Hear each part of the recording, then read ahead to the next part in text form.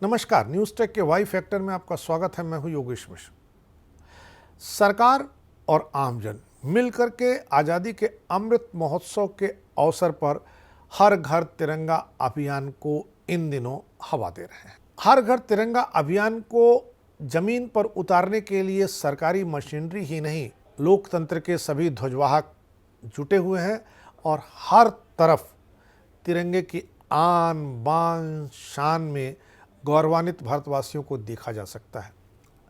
लेकिन ऐसे में सवाल यह उठना लाजमी हो जाता है और किसी भी आदमी के मन में यह जिज्ञासा जरूर उठ सकती है कि आखिर तिरंगे को फहराने का अधिकार हमें मिला कैसे। घर घर तिरंगा फहराने का जो अधिकार हम अमृत महोत्सव पर जीने जा रहे हैं, वह हमें उपलब्ध किसने कराया? क्या संविधान में अधिकार हमें हासिल था या इस अधिकार के लिए किसी ने हमारी तरफ से लड़ाई लड़ी? हकीकत यह है कि यह अधिकार हमें संविधान से नहीं मिला था। इसके लिए तकरीबन 10 साल तक कानूनी लड़ाई लड़नी पड़ी थी।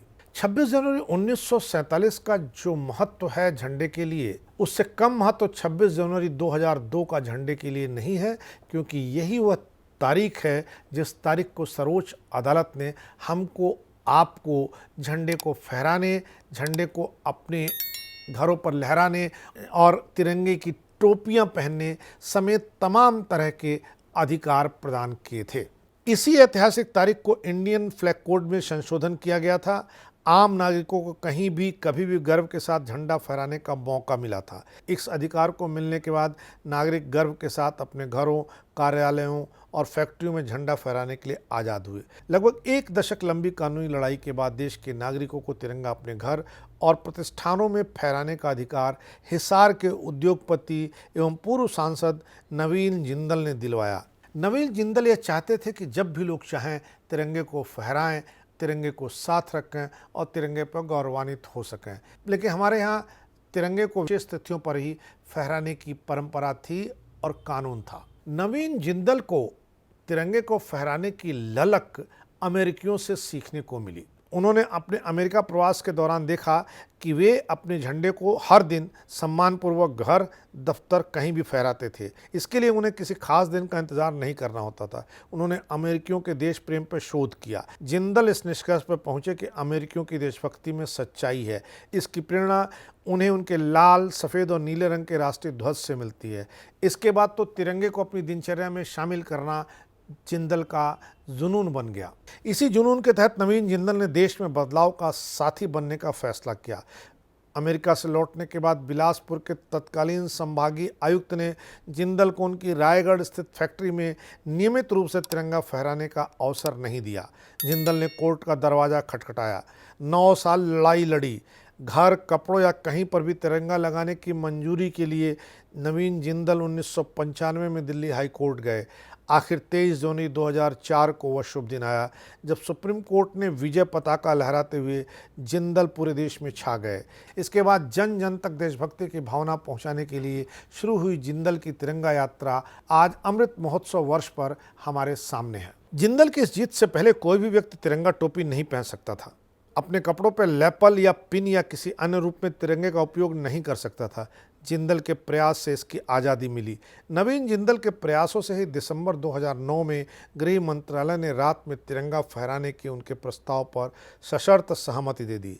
मंत्रालय ने कहा कि जहां समुचित रोशनी की व्यवस्था हो, वहां इमारत या विशाल खंभे पर तिरंगा रात में भी फहराया जा सकता है। इसके लिए जिंदल ने देश भर में 72 कीर्ति ध्वज भी स्थापित किए और उन सभी कीर्ति ध्वज पर उन्होंने तिरंगे को लहराया।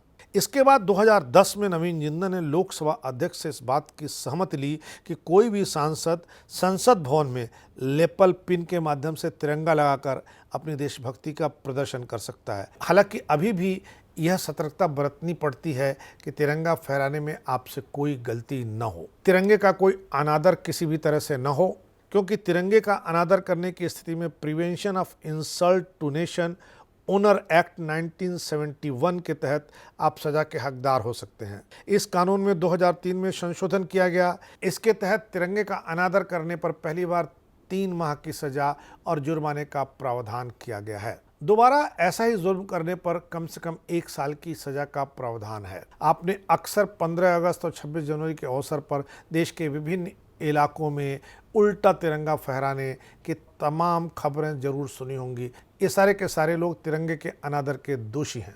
यह तिरंगे के अपमान की श्रेणी में आता है। रात को भारतीय नागरिकों को तिरंगा फहराने की जो अनुमति मिली, उसमें कहा गया कि इसके लिए शर्त होगी कि झंडे का पोल वास्तव में लंबा हो, झंडा खुद भी चमके। बदरंग अथवा फटा झंडा फहराने पर भी आप सजा के भागी हो सकते हैं। इस तरह हमें नवीन जिंदल को भी याद करना चाहिए और उन्हें इस बात के लिए साधुवाद देना चाहिए कि उन्होंने भारतीयों को गौरवान्वित होने का अवसर दिया। और आज जो अमृत महोत्सव वर्ष के अवसर पर हम हर घर तिरंगे के अभियान को जन जन तक पहुंचा रहे हैं, इसका एक छोटा सा श्रेय नवीन जिंदल को भी जाता है। आज की तारीख में अमृत महोत्सव के वर्ष में और हर घर तिरंगे अभियान के समय नवीन जिंदल को भी साधुवाद देना चाहिए, बधाई देना चाहिए और उन्हें भी याद करना चाहिए, क्योंकि उनका भी योगदान कम नहीं है। इस बार इतना ही। अगली बार फिर मिलेंगे किसी नए सवाल पर नए ढंग से बात करने के लिए। तब तक के लिए नमस्कार।